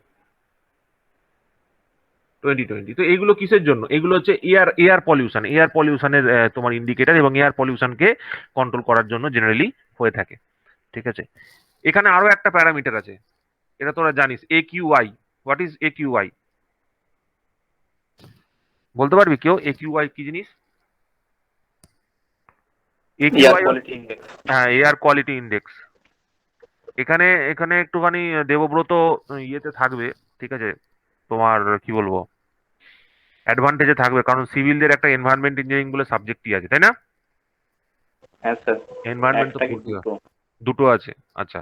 তো এয়ার কোয়ালিটি ইন্ডেক্স হচ্ছে একটা one of the most important factor, যে আমাদের এই কিছুক্ষণ আগে তোরা ম্যাডাম তোদেরকে বলছিল যে আমাদেরকে এয়ার কোয়ালিটির জন্য আমরা কাউকে কমপ্লেন করতে পারি। তো সেইটা মেনটেন রাখার জন্য বিভিন্ন জায়গায়, যেমন আমাদের জানিস কি দিল্লির অবস্থা খুব খারাপ, সব থেকে খারাপ। দিল্লি, মুম্বাই, মানে আমাদের হ্যাঁ। আমাদের স্টেটগুলো কিন্তু, আমাদের ইন্ডিয়ার যে স্টেটগুলো, তারা কিন্তু এয়ার কোয়ালিটি ইন্ডেক্সের দিক দিয়ে খুবই পিছিয়ে। ঠিক আছে, তো এয়ার কোয়ালিটি ইন্ডেক্সের ভিত্তিতে আমরা জেনারেলি কি করে থাকি, ছটা ক্যাটাগরি বানিয়েছি তো নাকি রে? 6টা ক্যাটাগরি আছে। 6টা ক্যাটাগরিতে আমরা ভাগ করে থাকি। ঠিক আছে, যে কত ধরনের এয়ার হতে পারে, যেমন গুড, একটা অ্যাপ আছে দেখবি এগুলো, এটা নিয়ে একটা অ্যাপ আছে না, এয়ার কোয়ালিটি ইন্ডেক্স চেক করা যায়। তুই দেখবি ওই যখন আমরা দেখি, ঠিক আছে, ওখানে ইয়ে দেখায়, ওই ওয়েদার চ্যানেলে দেখবি দেখবি দেখায় যে ওয়েদার কোয়ালিটি কিরকম আছে সকালবেলা, গুড, ব্যাড, স্যাটিসফ্যাক্টরি, এরকম। ঠিক আছে, generally good, satisfactory, moderately polluted. Sir কিছুই শুনতে পাচ্ছি না। হ্যালো, শুনতে পারা, শোনা যাচ্ছে না? Hello, hello. হ্যাঁ স্যার, শোনা যাচ্ছে স্যার। হ্যাঁ, বাদল, তোমার কিছু করার নেই, তুমি একটু চেষ্টা আমারও করো, পারবে। হুম, মডারেটলি পলিউটেড, তারপর পুওর, ভেরি পুওর আর সিভিয়ার। এই এই 6টা ভাগ আছে, পুওর, ভেরি পুওর, আর সিভিয়ার। Severe, severe. তো এইগুলো হচ্ছে তোমার ভাগের মধ্যে পড়ে আর কি। ঠিক আছে, যে এইরকম 6টা কোয়ালিটির রেসপেক্টে আমরা জাজ করি যে কিরকম কি আছে না আছে। তো এখানে এয়ার কোয়ালিটি ইন্ডেক্সের মধ্যে কি কি জিনিস চেক করা হয়? কিছু কিছু পলিউটেন্টস আছে, সেই পলিউটেন্ট গুলোকে চেক করা হয়। ঠিক আছে, যেমন কি এগুলো নাম শুনেছিস, PM10, PM25, এগুলো শুনিসনি? পার্টিকুলেট ম্যাটার 25, তারপর nitrogen dioxide, sulphur dioxide, carbon dioxide, ozone. হ্যাঁ। ঠিক আছে, ঠিক আছে, ওজোন, তারপরে একটা আছে অ্যামোনিয়া। ঠিক আছে, আর মনে হয় লেড আছে। ঠিক আছে, এই যে এগুলো আছে, এই যে প্যারামিটার গুলো আছে, এরকম কিছু কিছু এলিমেন্ট নিয়ে আমরা অ্যাকচুয়ালি প্যারামিটারটা চেক করি, যে এয়ার এর মধ্যে কি কি জিনিস আছে। ঠিক আছে, কি কি জিনিস আছে, এই কোয়ান্টিটি গুলো ডিসাইড করে যে আমাদের এয়ারের কোয়ালিটিটা কি হবে, কি কি মানে ফাংশনস বা কি কি প্যারামিটার্স এর উপর বেস করে এগুলো হয়ে থাকে আর কি। ঠিক আছে, এটা আমাদের কাছে খুব ইম্পর্টেন্ট, এগুলো আমাদেরকে জানতে হয়, যে পার্টিকুলেট ম্যাটার PM10 কত আছে, PM25 কত আছে, এগুলো মাইক্রোমিটার। ঠিক আছে, মাইক্রোমিটার বলে তো, আগে মাইক্রোমিটার রেঞ্জে বলে এটাকে, যে PM10 মানে হচ্ছে পার্টিকুলার ম্যাটারটা 10 মাইক্রোমিটার রেঞ্জে হয়। তো এখান থেকে তোমরা এই ব্যাপারগুলো কিন্তু খেয়াল করবে। ঠিক আছে, এই ব্যাপারগুলো কিন্তু দেখবে। তো মোটামুটি এটা হচ্ছে আমাদের এয়ার পলিউশনের পার্ট আর কি। ঠিক আছে, এখান থেকে আমরা মোটামুটি এয়ার পলিউশনটা দেখলাম। আচ্ছা, এখানে কারোর কোনো প্রশ্ন থাকলে, কিছু জিজ্ঞাসা থাকলে বলতে পারো, কারোর যদি কোনো প্রশ্ন বা জিজ্ঞাসা থাকে করতে পারো।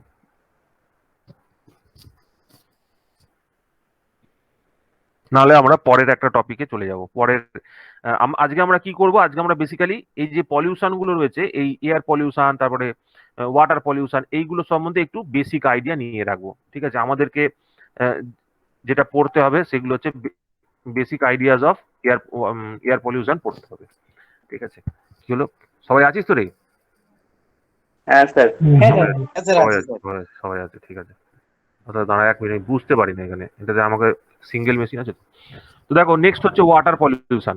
ঠিক আছে, ওয়াটার পলিউশন সম্বন্ধে তো সবাই জানো যে ওয়াটারের যে বিভিন্ন সাবস্টেন্সেস গুলো গিয়ে মেশাচ্ছি আমরা। ঠিক আছে, তো তার জন্য ওয়াটার পলিউশন হচ্ছে। তো এই ছবিটাই কিন্তু সবকিছুকে বুঝিয়ে দিচ্ছে। ঠিক আছে, যে আমরা নেচারের সাথে কিভাবে ব্যবহার করছি। অ্যাকচুয়ালি এটা আমার পয়েন্ট অফ ভিউ নয়, হয়তো অনেকেরই পয়েন্ট অফ ভিউ হবে। সেটা হচ্ছে যে একটা হচ্ছে ডেভেলপড নেশন আছে, আর একটা আছে হচ্ছে মানে ডেভেলপিং নেশন আছে। ঠিক আছে। তো এই তোরা বলতে পারবি যে who causes the most amount of pollution developed আর ডেভেলপিং এর মধ্যে? ডেভেলপিং। বলার চেষ্টা করো, স্যার তোমরা বলতে পারবে? স্যার কোশ্চেনটা কি বললেন? ধর দুটো দেশ আছে, একটা ডেভেলপড একটা ডেভেলপিং নেশন, ঠিক আছে? তো এই ডেভেলপড আর ডেভেলপিং নেশনের মধ্যে কারা বেশি পলিউশন করে? Who causes most of the pollutions? Developing nation. না, ঠিক আছে। Actually developing. মেজরিটি পলিউশন গুলোর দায়ভার কিন্তু এই ডেভেলপড নেশনস এর, ঠিক আছে? মেজরিটি পলিউশন মানে আমি ফর এক্সাম্পল বলছি, ভারতবর্ষে যত পরিমাণ লোকজন থাকে, ঠিক আছে, সেটা হচ্ছে বিশ্বের যদি 8 বিলিয়ন বা 9 বিলিয়ন লোক ধরি, সেই 9 বিলিয়নের মধ্যে 1.35 বিলিয়ন এখন ইন্ডিয়াতে বাস করছে। তারা যে পরিমাণ পাওয়ার কনজিউম করে, ঠিক আছে, সেটা হয়তো 1% of the total global pollution, এই টোটাল গ্লোবাল। সেখানে ইউএসএতে হয়তো 0.35 কোটি লোক আছে, তারা 50% প্লাস বা তারও বেশি পার্সেন্টেজ তোমার এনার্জি ইউটিলাইজ করে, ঠিক আছে। তো এই যে ডেভেলপিং নেশন এবং ডেভেলপ নেশনস এর এই যে পাওয়ারের বেশি ইউসেজ, যত পাওয়ার কনজাম্পশন বাড়বে তত কিন্তু ওয়েস্টেজও ইনক্রিজ করবে। Power consumption is directly proportional to pollution, ঠিক আছে। যে নেশনে যত বেশি গ্রোথ হচ্ছে, সেই নেশনে তত বেশি তোমার পাওয়ার কনজাম্পশন হচ্ছে, সেই নেশনে তত বেশি পলিউশন বাড়ছে, ঠিক আছে। এটা একটা মানে পরপর রিলেশনশিপ, ঠিক আছে। তো ওয়াটার পলিউশনটা তো মোস্ট অফ দ্য কমন, যেমন ground water, lake, stream, river, estuary and oceans, ঠিক আছে, সবকিছুকেই কি করছে? ড্যামেজ করছে, ন্যাচারাল রিসোর্সেসকে আমাদের ড্যামেজ করে দিচ্ছে। তো জেনারেলি আমরা ওয়াটার পলিউশনকে দুটো ভাগে ভাগ করি, দুটো ধরনের সোর্স হয়, একটাকে বলে পয়েন্ট সোর্স, ঠিক আছে, একটাকে বলে পয়েন্ট সোর্স, আর একটাকে বলে হচ্ছে তোমার নন পয়েন্ট সোর্স, ঠিক আছে, non point source. Basically point source কোনগুলো? পয়েন্ট সোর্স গুলো মনে হচ্ছে যেমন ফর এক্সাম্পল আমি বলছি থার্মাল পাওয়ার প্ল্যান্ট, ঠিক আছে। একটা থার্মাল পাওয়ার প্ল্যান্ট কি করছে? তার যে জলগুলো রয়েছে, নোংরা টোংরা যা জল যা যাবতীয় যা রয়েছে, সব ডাইরেক্টলি গিয়ে কোথায় ডাম্প করছে? গঙ্গার নদীতে ডাম্প করে দিচ্ছে, ঠিক আছে।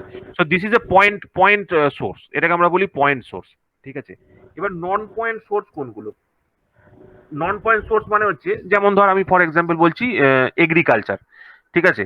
তো এগ্রিকালচারে আমরা জেনারেলি বিভিন্ন পেস্টিসাইডস ইউজ করছি, ঠিক আছে, কিন্তু এগ্রিকালচারে যে জলটা ব্যবহার হচ্ছে, সেই জলটা কিন্তু ডাইরেক্টলি গিয়ে আমরা কোনো সোর্সের মধ্যে ফেলি না, কিন্তু সেটা বিভিন্ন মিনসের থ্রু দিয়ে আলটিমেটলি আমাদের যে ওয়াটার বডিজ গুলো রয়েছে, যেমন পন্ড হতে পারে, লেক হতে পারে, তারপর রিভার হতে পারে, সেখানে গিয়ে মেশে। মানে এগ্রিকালচারের যে বাই প্রোডাক্ট, এগ্রিকালচারের জন্য যে জলটা লাগে, সেই জলটা আমরা ডাইরেক্টলি ডিসপোজ করে দিই না, তারা ইনডাইরেক্ট ওয়েতে জলে গিয়ে মেশে, ঠিক আছে, ইনডাইরেক্ট ওয়েতে গিয়ে মেশে। তো সেগুলোর জন্য আমরা বলি হচ্ছে নন পয়েন্ট সোর্স। তো পয়েন্ট সোর্স আর নন পয়েন্ট সোর্স কি জিনিস বুঝতে পারলি? বলো, সবাই বলো, অসুবিধা নেই কিছু?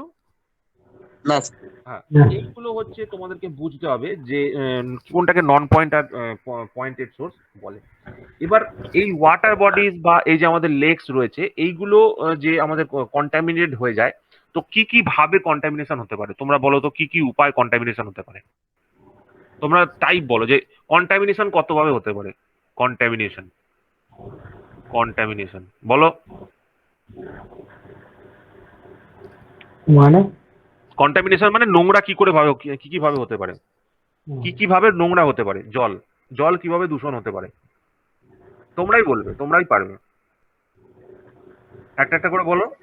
ফ্যাক্টরি ওয়েস্টেজ গুলো ফ্যাক্টরি ওয়েস্টেজ, না ফেললে, ফ্যাক্টরি তোমরা ওয়েস্টেজ, আবর্জনা পলিথিন এই সমস্ত হ্যাঁ উল্টো পাল্টা জিনিস না ফেললে। ফ্যাক্টরি ওয়েস্টেজ একটা হলো। আর একটা কি হতে পারে? ধরো তুমি ভাববে না ডোমেস্টিক ওয়েস্টেজও আছে, সবকিছু। এগ্রিকালচার, হ্যাঁ এগ্রিকালচার হতে পারে, এগ্রিকালচারাল ওয়েস্ট। আর কি কি হতে পারে? রাসায়নিক। এগ্রিকালচার থেকে হতে পারে, আর কি হতে পারে?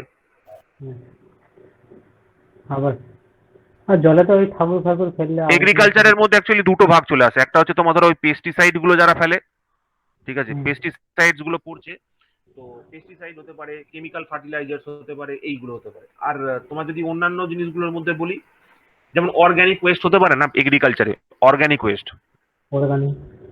অর্গানিক মানে হচ্ছে ধরো বিভিন্ন যে মানে কি বলবো, অর্গানিক ওয়েস্টের মধ্যে কোনগুলো পড়ে?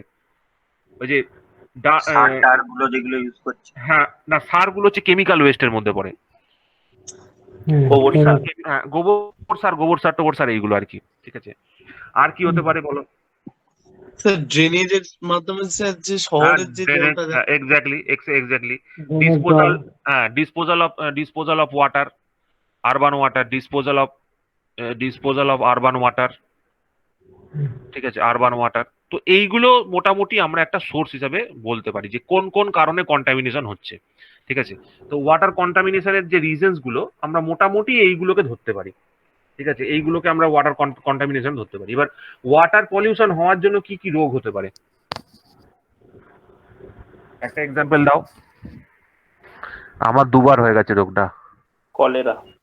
হ্যাঁ, কলেরা হতে পারে, কলেরা, টাইফয়েড। ডায়রিয়া। টাইফয়েড, হ্যাঁ diarrhoea. Diarrhoea. Typhoid, diarrhoea.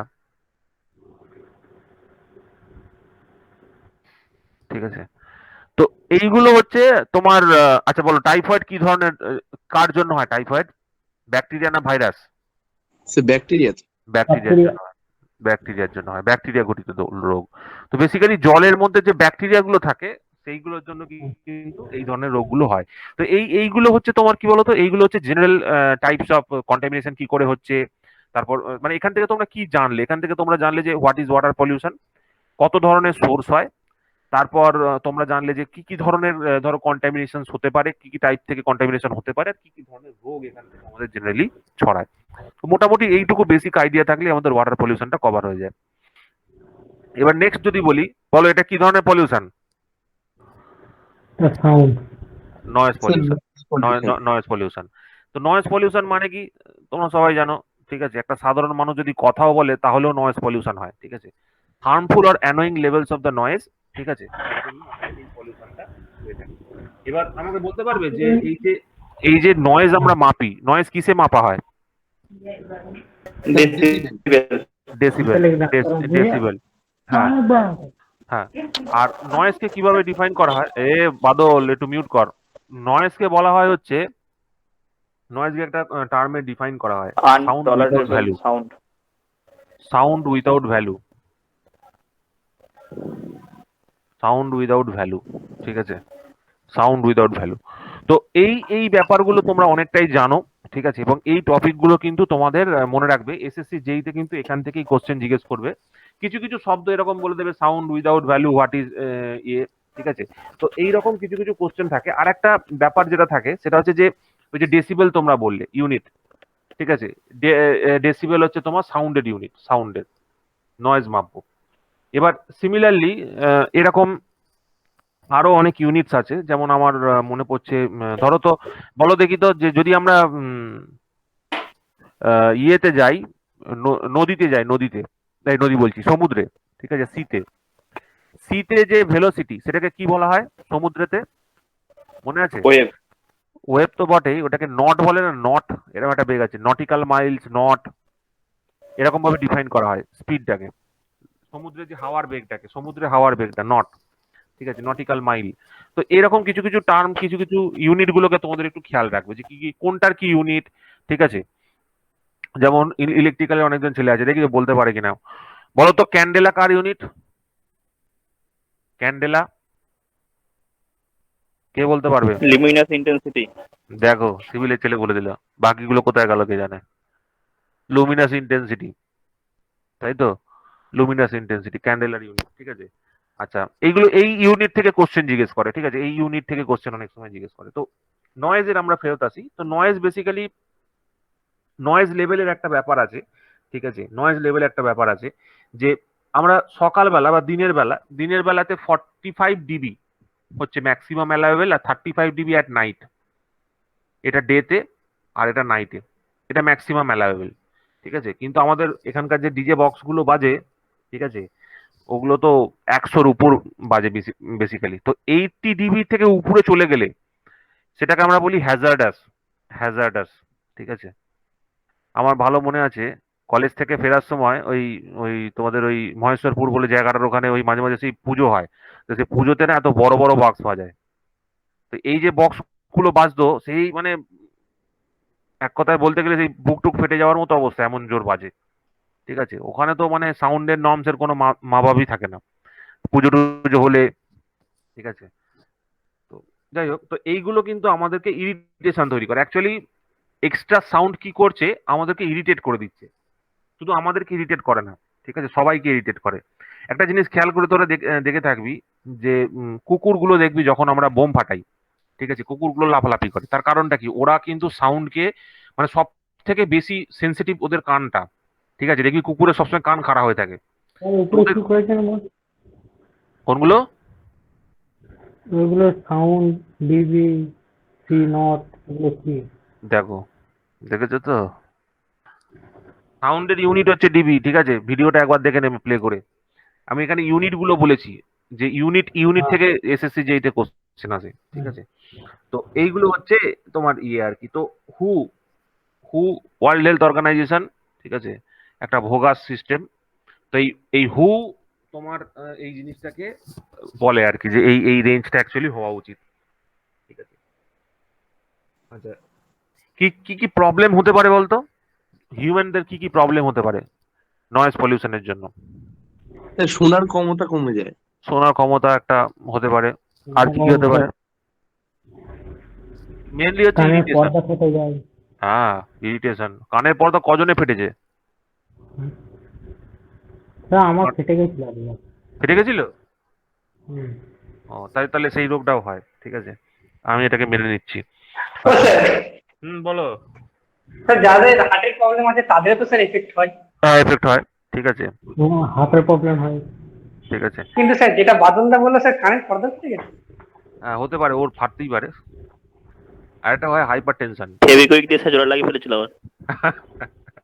Hyper tension. ঠিক আছে, হাইপার টেনশন যেটা তোমার এই নয়েজের জন্য হয়। ঠিক আছে, হিউম্যান ডিজিজেস হাইপার টেনশন হয়, ইরিটেশন হয়। তো এইগুলো নয়েজ থেকে আমরা জেনারেলি পাই। তো পরের যদি টপিকে চলে যাই, এই ছবিটা দেখেই বুঝতে পারছো এটা কিসের ছবি? সয়েল পলিউশনের ছবি। ঠিক আছে, এবার এই সয়েল পলিউশন মানে কি? Contamination of soil. সয়েলের মধ্যে বিভিন্ন জিনিস মিশে যাচ্ছে, টক্সিক সাবস্টেন্সেস মিশে যাচ্ছে।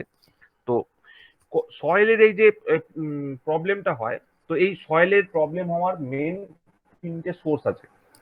ঠিক আছে, কি কি সোর্স আছে সয়েল পলিউশন হওয়ার? একটা তোমার ডোমেস্টিক সোর্স আছে, ঠিক আছে, একটা তোমার ইন্ডাস্ট্রিয়াল সোর্স আছে, ঠিক আছে, একটা তোমার এগ্রিকালচারাল সোর্স আছে। ইন্ডাস্ট্রিয়াল সোর্স আছে, একটা এগ্রিকালচারাল সোর্স আছে। তো এই সবাই পলিউশন করছে। ঠিক আছে, সবাই সয়েলের পলিউশন করছে। তোমরা তোমার মতো করছো, ইন্ডাস্ট্রির মতো করছে, এগ্রিকালচারের মতো করছে। তো অ্যাকচুয়ালি আমি যদি একটু অন্য দিকে চলে যাই, আলোচনা করি, একটা জিনিস দেখবে, আমাদের একটা কথা বলে যে সিম্পল লিভিং, হাই থিঙ্কিং। ঠিক আছে, আমাদের যে সোসাইটি, আমাদের ইন্ডিয়ান সোসাইটি এই জিনিসটাকে প্রমোট করে। ঠিক আছে, এইটা প্রমোশনের কারণটা কি? এই সিম্পল লিভিং, হাই থিঙ্কিং এর প্রমোশনের কারণটা কি? এর প্রমোশনের কারণটা হচ্ছে, মানুষ যদি সাদাভাবে বাঁচে, মানে তাদের যদি চাহিদা কম থাকে, চাহিদা কম থাকলে অনেক জিনিস কম তৈরি হবে, অনেক জিনিস কম প্রোডাকশন হবে। যত জিনিস কম প্রোডাকশন হবে, হিউম্যান মানে নেচার বা আর্থ, তার উপর কিন্তু এফেক্টটা তত কম হবে। তো এই সিম্পল লিভিং, হাই থিঙ্কিং, এই জায়গাটা থেকেই এই কনসেপ্টটাই আসে, যাতে করে পলিউশন এবং সেই রিলেটেড সয়েল পলিউশন হোক, এয়ার পলিউশন হোক, নানা রকম, ঠিক আছে, all are connected, all are interconnected, সবগুলোকে যাতে রিডিউস করা যায়।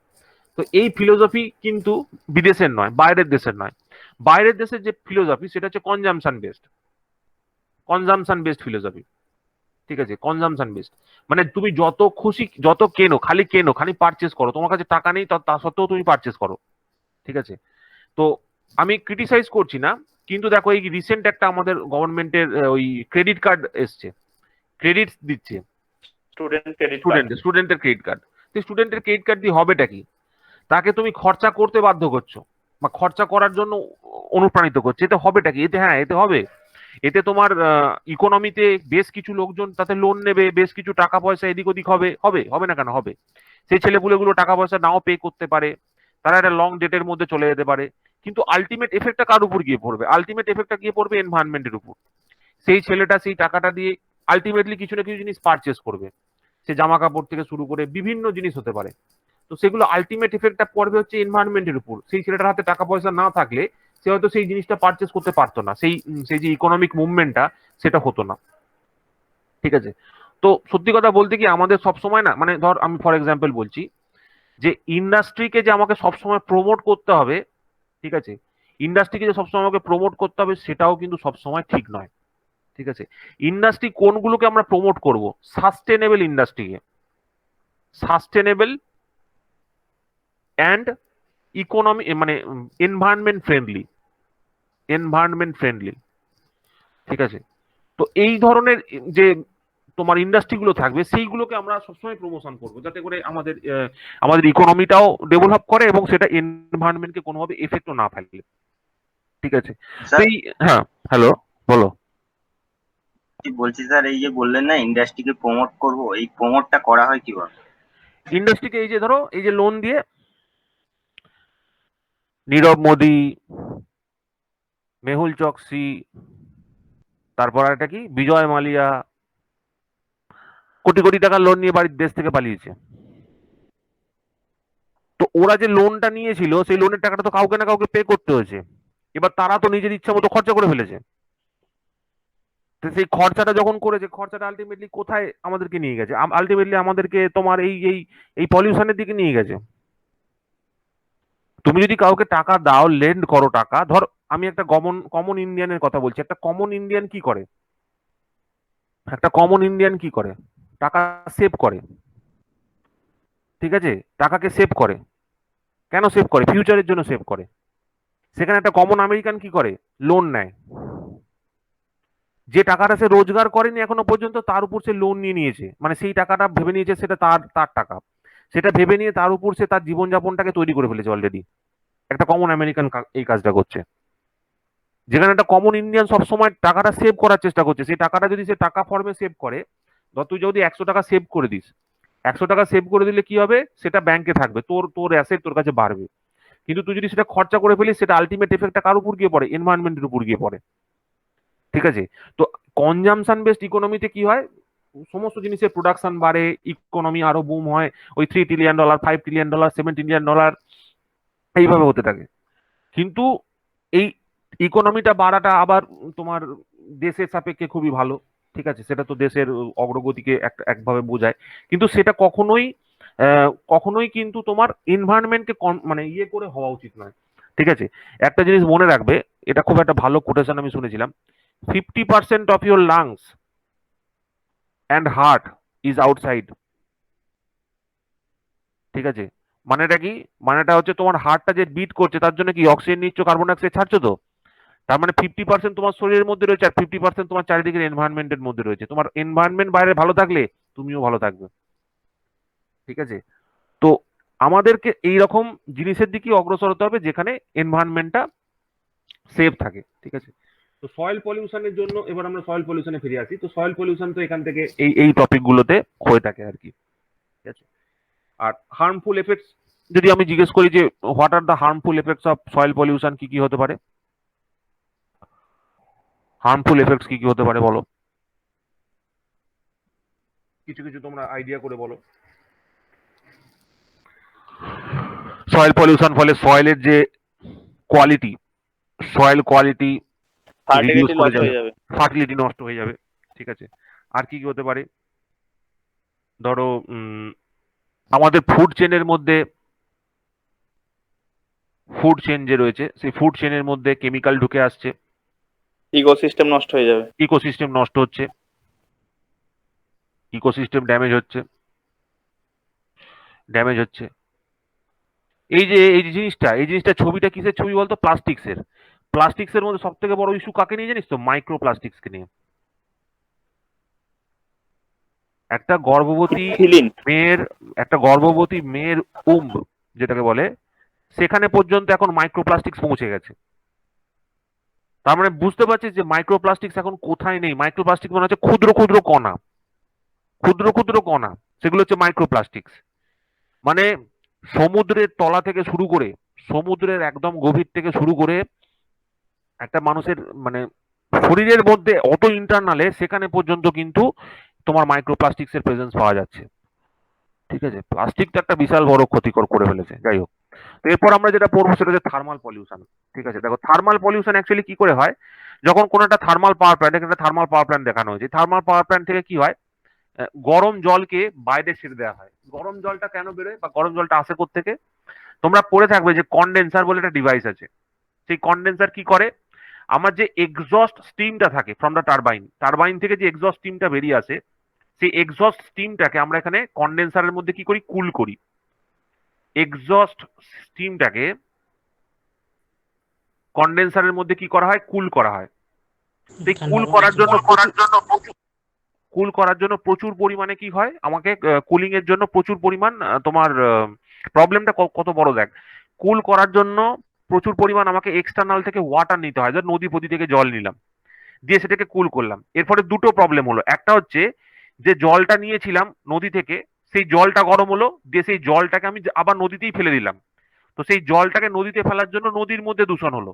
সেই দূষণটাকে আমরা বলছি থার্মাল পলিউশন। এটা হচ্ছে 1 নম্বর। আর 2 নম্বরটা কি, কন্ডেন্সারের মধ্যে 50%-এরও বেশি গোটা ওভারঅল একটা থার্মাল পাওয়ার প্ল্যান্টে 50% লস হয়ে যায় কেবলমাত্র কন্ডেন্সারে। মানে যে এক্সজস্ট স্টিমটা আমার বেরিয়ে আসে টারবাইন থেকে, সেই এক্সজস্ট স্টিমটাকে আমি কোনোভাবে কাজে লাগাতে পারি না। দেখবি একটা থার্মাল পাওয়ার প্ল্যান্টের যে এফিসিয়েন্সি সেটা রাউন্ড অ্যাবাউট 30%। তো বর্তমানে ওই 40%-এর কাছাকাছি সুপার ক্রিটিক্যাল বয়লার দিয়ে ডেভেলপ করা সম্ভব হয়েছে। এর মধ্যে এই 40%-এর পর 50% লস কন্ডেন্সারে হয়ে যায়, আর 10% অন্যান্য ইকুইপমেন্টে হয়, জেনারেটর, তোমার টারবাইন লসেস এবং অন্যান্য লসেসের মধ্যে থাকে। Major chunk of the losses are conducted in, মানে হয় কোথায়, কন্ডেন্সারে হয়।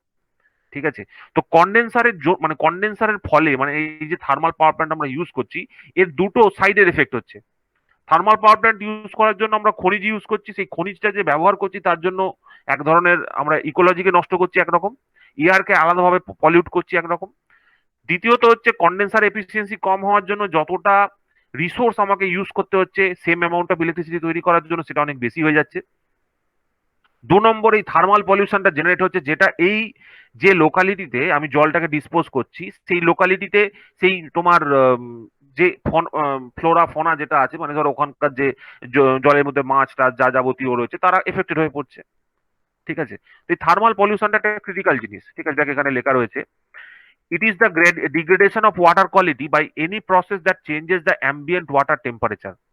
A common cause of thermal pollution is the use of water as a coolant in the power plants and industrial manufacturing. ঠিক আছে, আমি যে কন্ডেন্সারের এক্সাম্পলটা দিলাম, এই এক্সাম্পলটা সবসময় মনে রাখবে। ঠিক আছে, এইটার জন্যই মেনলি থার্মাল পলিউশনটা হচ্ছে।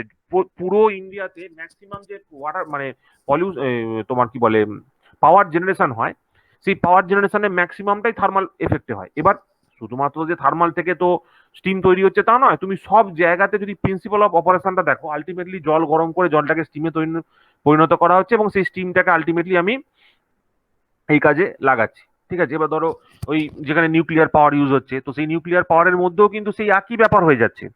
ঠিক আছে, সেই এনার্জিটাকেই কাজে লাগানো হচ্ছে। ঠিক আছে, জল গরম করারই কাজে লাগানো হচ্ছে। তো যাই হোক, তো এই ব্যাপারটা কিন্তু তোমাদের বুঝতে হবে, what is thermal pollution. Thermal pollution কিন্তু এই পাওয়ার প্ল্যান্টেই মেনলি হয়ে থাকে।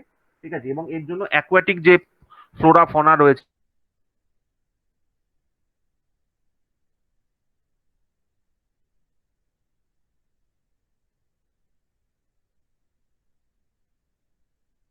সমস্ত মেটেরিয়াল গুলো রয়েছে। মিউট হয়ে গেছি আমি? না স্যার, শোনা যাচ্ছে। শোনা যাচ্ছে স্যার। আচ্ছা, ওই ডিভাইসে প্রবলেম হচ্ছে, শুভ দেখ একবার ডিভাইসে শোনা যাচ্ছে, রেকর্ডিং ইস্যু যেন না হয়। হ্যালো স্যার, শুনতে পাচ্ছেন? হ্যালো। ও অসুবিধা নেই, ওটা না শুনতে পাওয়া যাচ্ছে। রেকর্ডিং ইস্যু হবে না, ওটা পরে শোনা যায়। আমি বুঝতে পেরেছি, আমি দেখে নিয়েছি ওটা আগের দিন। আচ্ছা, তো রেডিয়েশন পলিউশন অ্যাকচুয়ালি দেখো এরকম ভাবে আমরা করতে পারি। একটা হচ্ছে continuous radiation pollution, accidental radiation pollution and occasional radiation pollution. Workers বা রেডিও অ্যাক্টিভ রিঅ্যাক্টরসে থাকার জন্য যেটা হয়, অ্যাক্সিডেন্ট হয়ে গেল, যেমন তোমার ধরো ডাইইচি, ফুকুশিমা ডাইইচি প্লান্টে আমাদের অ্যাক্সিডেন্ট হয়েছিল 2011 সালে, পড়েছে তো ফুকুশিমা ডাইইচি কতটা, 2011 জাপান। ঠিক আছে, তো নিউক্লিয়ার পাওয়ার প্ল্যান্ট, জাপান অত ভালো টেকনোলজিক্যাল অ্যাডভান্স, তবুও কিন্তু এখন নিউক্লিয়ার পাওয়ার প্ল্যান্ট থেকে সরে যাচ্ছে। ঠিক আছে, তো সেটা হয়েছিল ন্যাচারাল ডিজাস্টার থেকে হতে পারে। ন্যাচারাল ডিজাস্টারের জন্য অ্যাকচুয়ালি ট্রিগলড হয়েছিল ওই সুনামিটা আসার পরে, ওই ন্যাচারাল ডিজাস্টারটাই অ্যাকচুয়ালি ট্রিগল করেছিল এই প্রসেসটাকে। তো এগুলো খুবই সফিস্টিকেটেড টেকনোলজি। এই সফিস্টিকেটেড টেকনোলজিটা হ্যান্ডেল করার জন্য কিন্তু লোকের দরকার আছে, ঠিক আছে, এরকম নলেজেবল লোকের দরকার আছে। আচ্ছা, impact of the radiation on the human health কি কি হতে পারে? ইমিডিয়েট এফেক্টের মধ্যে দেখো হিরোশিমা নাগাসাকি সবাই জানে। 2 নম্বর হচ্ছে প্রলংড এফেক্টের মধ্যে, যেমন generation after generation, 3rd generation পর্যন্ত এফেক্টেড হয়ে গেছে। আচ্ছা, ডিলেড এফেক্টের মধ্যে দেখো সিমটমস, ক্যান্সার, কমন এফেক্ট, ঠিক আছে, এগুলো তো রয়েছে। তো radiation effect basically, radiation pollution basically কোনটাকে বলা হচ্ছে? রেডিয়েশন পলিউশন বেসিক্যালি বলা হচ্ছে তোমার বিভিন্ন রেডিও অ্যাক্টিভ যে এলিমেন্টস রয়েছে তার ফলে আমাদের যে পলিউশনটা হচ্ছে। তো আপ টু দিস পয়েন্ট আমরা পড়বো, ঠিক আছে, এই অবধি আমরা দেখলাম। তো এই অবধি কারো কোনো প্রশ্ন থাকলে বলো, যদি প্রশ্ন না থাকে আমি এর সাথেই আর একটা টপিককে অ্যাড করে দেবো, ঠিক আছে, সেটা হচ্ছে কনভেনশনস। দেখো এই অবধি কারো কোনো প্রশ্ন থাকলে জিজ্ঞেস করো। স্যার বলছি স্যার, যে এই যে এয়ার পলিউশনটা হচ্ছে স্যার, হুম, এটাকে স্যার ফিল্টার ইউজ করতে পারেন না, এয়ার ফিল্টার?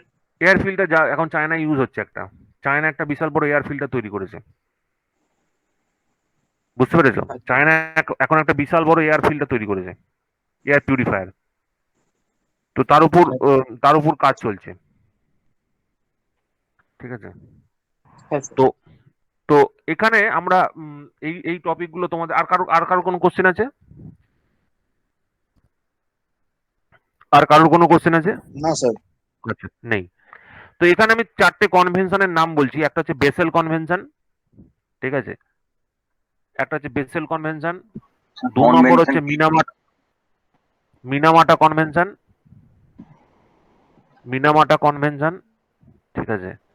3 নম্বর হচ্ছে তোমার কি ছিল, বেসেল ছিল, মিনামাটা ছিল, রটারড্যাম, ROTTER, রটারড্যাম কনভেনশন, ঠিক আছে, ভালো করে মনে রাখবে যেগুলো যেগুলো বলছি। রটারড্যাম কনভেনশন, আর একটা হচ্ছে কি জানো, তো pop pop Stockholm, Stockholm sir convention কি?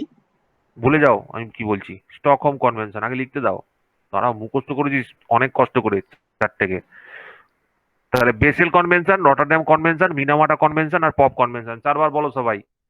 1 নম্বর কি কনভেনশন, কি জিনিস পরে বুঝবে, প্রথমে বলো প্রথম কি বেসেল কনভেনশন, দ্বিতীয় বলো, দ্বিতীয় কি ফিল্টার করলে রটারড্যাম, তৃতীয় কি মিনামাটা, ঠিক আছে, চতুর্থ কি পিওপি, পপ। ঠিক আছে, পপ অর স্টকহোম কনভেনশন, ঠিক আছে। এই 4টে কনভেনশন থেকে তোমরা হচ্ছে ইন্টারন্যাশনাল কনভেনশনস এর মধ্যে পড়ে, ইন্টারন্যাশনাল কনভেনশনস এর মধ্যে পড়ে, এবং প্রত্যেকটা পরীক্ষায় কিন্তু এখান থেকে কোশ্চেন আসে। এবার কোনটা কি দেখো, বেসেল, বেসেল মানে হচ্ছে বাজে জিনিস সেল, বাজে জিনিস সেল, ঠিক আছে, বাজে জিনিস সেল।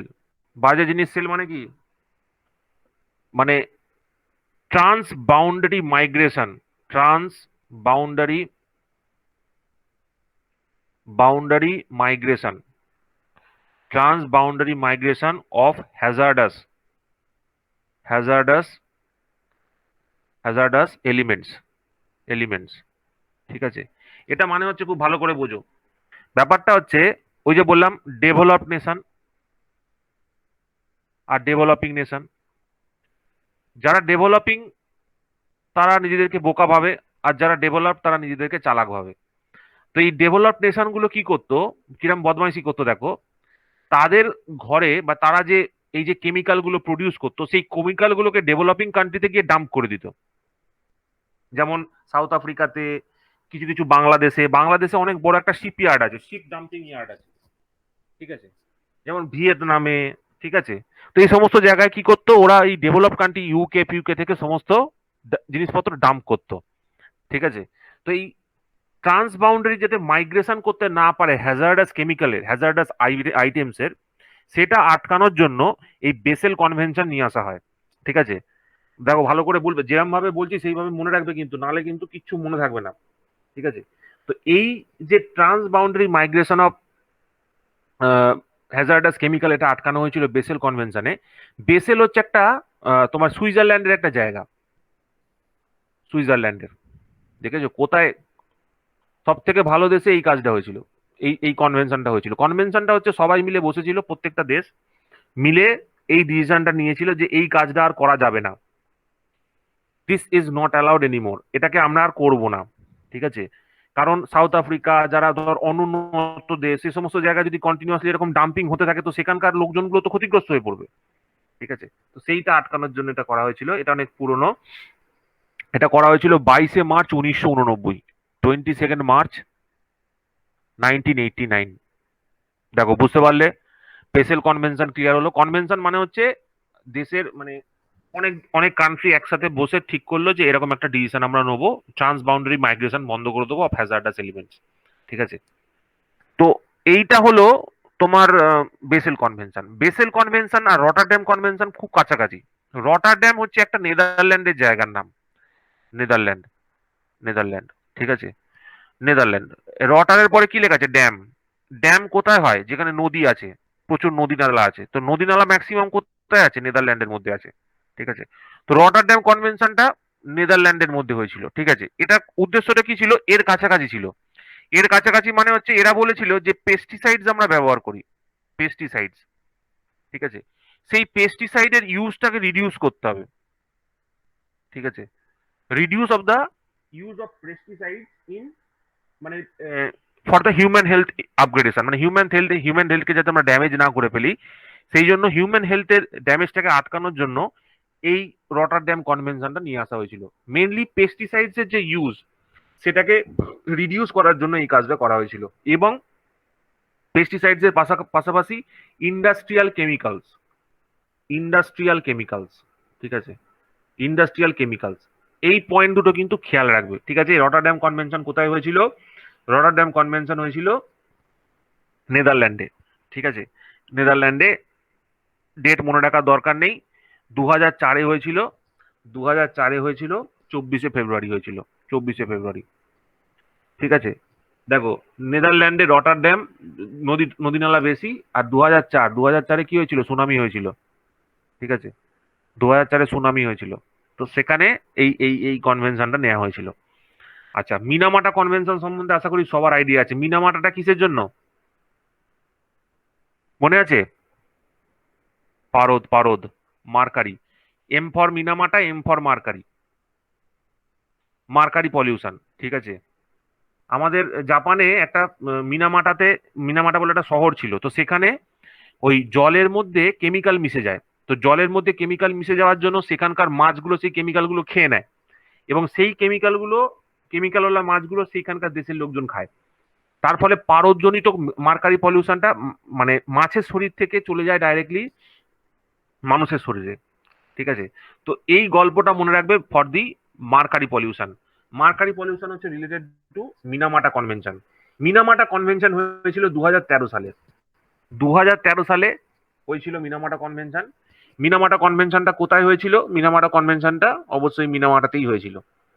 ঠিক আছে, তোমার এই কি বলে হিউম্যান হেলথকে বজায় রাখার জন্য এইটা হয়েছিল।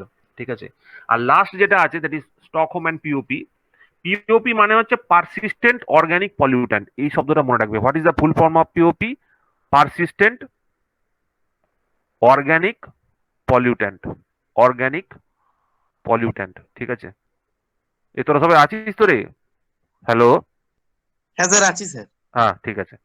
তো পারসিস্টেন্ট অর্গানিক পলিউট্যান্ট, তো পারসিস্টেন্ট অর্গানিক পলিউট্যান্ট যেগুলো, এইগুলো হচ্ছে কি দেখো, তোমরা পড়ে পড়ে থাকবে। ডার্টি ডজন কথাটা শুনেছো? Dirty dozen, dirty dozen, dirty dozen হচ্ছে 12খানা এলিমেন্ট। ঠিক আছে, যারা আমাদেরকে সব থেকে বেশি ক্ষতি করেছে।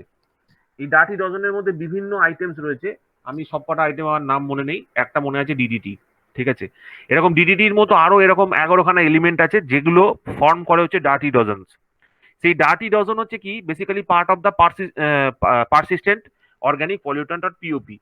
ঠিক আছে, তো use of this persistent organic pollutants, এগুলোকে যাতে বন্ধ করা হয়, ঠিক আছে, তার জন্য 2001 সালে স্টকহোমটা হচ্ছে তোমার যত সম্ভব কোথাকার, এটা স্টকহোম কোন দেশের, কোন দেশের জায়গা কি জানে, নামটা মনে নেই। স্টকহোমটা যেখানে স্টকহোম শহর আছে সেখানেই হয়েছিল, আমার নাম দেশটার কথাটা মনে নেই আপাতত। তো পারসিস্টেন্ট অর্গানিক পলিউট্যান্টের ইউজটা রিডিউস করার জন্য এই স্টকহোমটা হয়েছিল, এবং ইন দ্য ইয়ার 2001 এটাকে অ্যাকসেপ্ট মানা হয়েছিল, নিয়ে আসা হয়েছিল। আর অ্যাকসেপ্ট মানে চালু হয়েছিল কবে, 2004 সালে। তাহলে রটারড্যাম কনভেনশন আর পিওপি বা স্টকহোম কনভেনশন সেটা 2004 সাল থেকে কিন্তু লাগু করা হয়, ঠিক আছে। তো এই সুইডেন, হ্যাঁ স্টকহোমটা হচ্ছে সুইডেনে। আচ্ছা, তো এইগুলো হচ্ছে তোমাদের খেয়াল রাখতে হবে যে বেসেল কনভেনশনটা কি, ট্রান্সবাউন্ডারি মাইগ্রেশন অফ বাজে জিনিসের সেল, transboundary migration of hazardous element, তার মানে ওই ডেভেলপ নেশন গুলো ভুলভাল জিনিস ডেভেলপিং কান্ট্রিতে ডাম্প করছিল, সেটা আটকানো বেসেল কনভেনশনের কাজ। এরই কাছাকাছি রিলেটেড কনভেনশন হচ্ছে রটারড্যাম কনভেনশন, যেটা মানে হচ্ছে পেস্টিসাইডস এন্ড পেস্টিসাইড এবং ইন্ডাস্ট্রিয়াল কেমিক্যালকে রিইউজ মানে ব্যবহারটা কমানো, ঠিক আছে। মিনামাটা মানে হচ্ছে পারদ দূষণজনিত, যেরকম বললাম গল্পটা মনে রাখবে। আর পিওপি হচ্ছে persistent organic pollutant like DDT, এবং ওই রিলেটেড আরো কিছু পলিউট্যান্ট আছে যারা এই ডার্টি ডজনস এর মধ্যে পড়ে, যাদেরকে আমরা বলি পারসিস্টেন্ট অর্গানিক পলিউট্যান্ট। সেগুলো যদি কন্টিনিউয়াসলি আমাদের এই খাবার মানে ইকোসিস্টেমস এর মধ্যে মিশতে থাকলে আমাদের কি হচ্ছে, আমাদের হিউম্যান হেলথকে ডিগ্রেড করে দিচ্ছে, ঠিক আছে। তো সেইটা আটকানোর জন্য স্টকহোম কনভেনশনটা নিয়ে আসা হয়েছিল।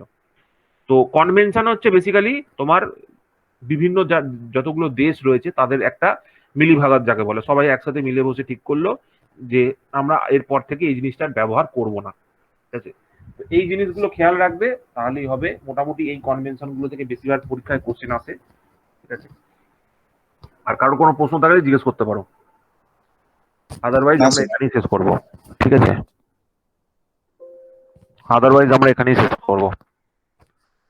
ঠিক আছে, তো আজকে আমরা এনভায়রনমেন্টটা শুরু করলাম, এনভায়রনমেন্টাল ইস্যুজের একটা পার্ট আমরা কমপ্লিট করলাম, মেনলি পলিউশনটা দেখলাম, ঠিক আছে।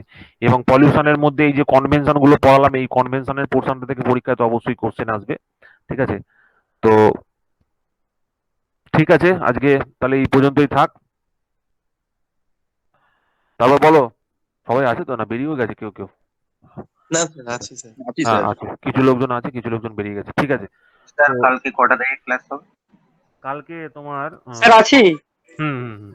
কালকে তোমার 6টা থেকে ক্লাস হবে, আইদার 6টা নাহলে 7টা। কালকে সন্ধ্যাবেলা নেবেন? ও কালকে সন্ধ্যাবেলা না, কালকে তো সকালবেলা থাকে, সকালবেলা সরি 10টা থেকে, কালকে সকালবেলা 10টা থেকে, ঠিক আছে, 10টা থেকে সকালবেলা, সন্ধ্যাবেলা নয়, সরি। ঠিক আছে, তাহলে আজকে এই পর্যন্তই থাকলো, আমি এখানে কল এন্ড করছি তাহলে। হ্যাঁ, বাই তাহলে। হ্যাঁ ঠিক আছে গুড নাইট স্যার। হ্যাঁ, গুড নাইট এভরিবডি। লিভ বললাম স্যার। হুম। স্যার আসছি। কি বললাম স্যার?